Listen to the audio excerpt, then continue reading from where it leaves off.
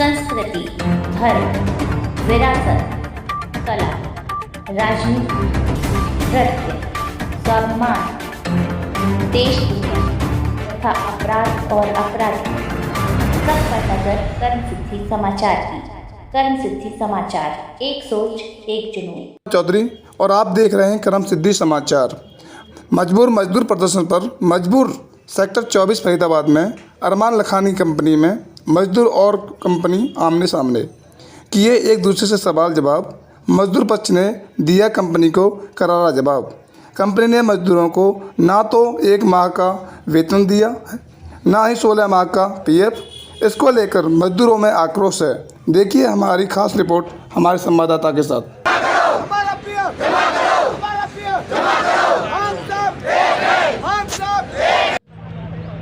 ये एक हफ्ते से धरने पे हैं। इनकी जो मांगे हैं उसमें क्या डिसीजन आप लोग ले चुके हैं अभी तक और क्या बाकी रह गया है? ये धरना नहीं होता, ये टूल डाउन स्ट्राइक है।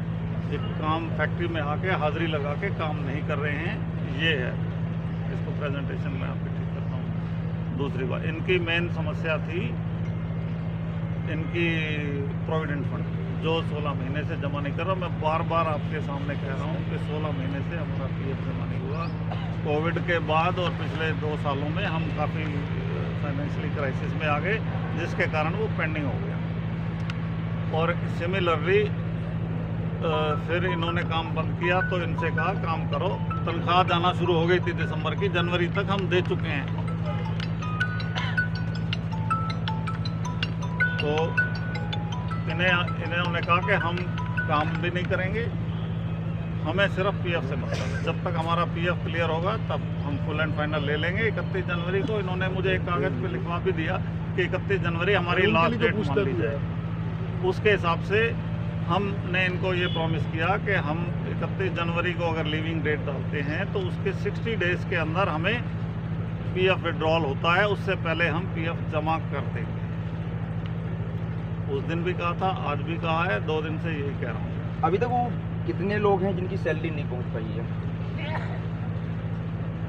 कितनी आप लोगों ने सैलरी बांट दी है? नवंबर की 100% बांट दी है, दिसंबर की पार्टली बांट दी है। पार्टली से अबाउट 30% हुई है। उसके बाद से काम बंद है, पैसे का इनफ्लो बिल्कुल बंद हो गया। हम अल्फ़ाबेटिकली सैलरी बांटते हैं, ए बी सी, सो ए वाले नाम, बी वाले नाम, सी वाले नामों की होती है। आपके ही कंपनी के वर्कर के साथ तो आपके ही स्टाफ के द्वारा मारपीट की जाती है, उस पर क्या कार्रवाई रही है आपके लिए? कोई मारपीट नहीं हुई। जो कह रहा है बिल्कुल झूठ कह रहा है, गलत कह रहा है। आपने ही बयान किया था। नहीं बताओ ना किसने देखो मेरे साथ मारपीट होएगी तो मैं जाके शिकायत करूंगा ना। और वो आएंगे जो शिकायत करने वाले, वो कल भी मेरे वो जो SHO साहब आए थे कि वो बाहर की बात हो रही है मेरे ख्याल, है ना? बाहर कोई हुई है इनकी, किसी की हुई है, तो उसके कोई मारपीट नहीं हुई। जिसके साथ हुई है वो आज भी, कल भी मांग रहे थे SHO साहब मुझे 2 शिकायत लिखित में 2, तो वो करेंगे। आउटसाइड का मेरा मैं कोई वो कुछ नहीं कर सकता। आउटसाइड का झगड़ा है 2 कर्मचारियों का या 10 कर्मचारियों का, मैं उसमें मेरा कोई रोल नहीं है। वो जाके अपनी कंप्लेन करें और करें। मैं तो कह रहा था वार्ता में बात हुई है कि लड़ाई चल रही है, वो जवाब दे चुका। 16 महीने वो है उसके लिए बताने कि मैं जो सैलरी है वो भी मैं जमा भी सैलरी में नवंबर की डाल दी गई। अब जो हमारे दिसंबर की बाकी है वो पार्ट टू पार्ट डालते हैं।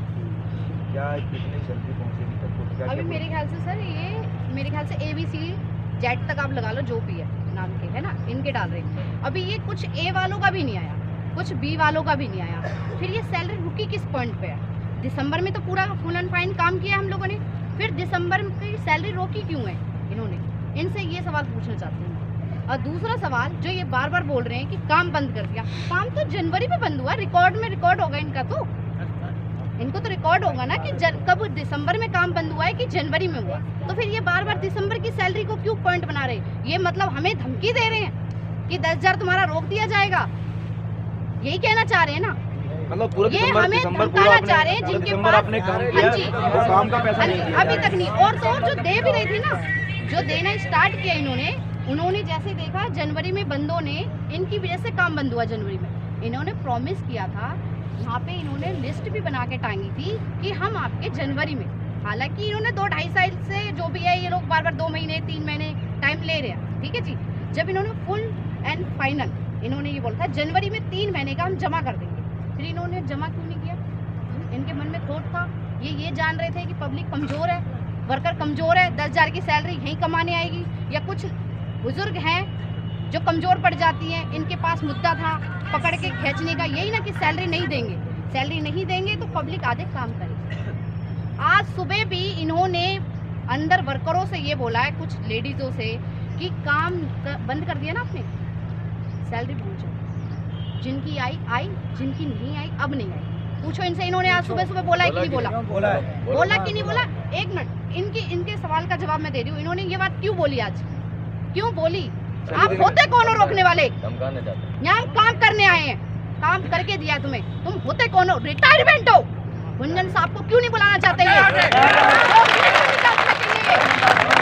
गुंजन साहब रिटायरमेंट को निकलना चाहते हैं, इसीलिए रिटायरमेंट की सैलरी इतनी बढ़ा के रखी जा रही है, 10,000 सैलरी की कभी भी बढ़ाया नहीं जाता।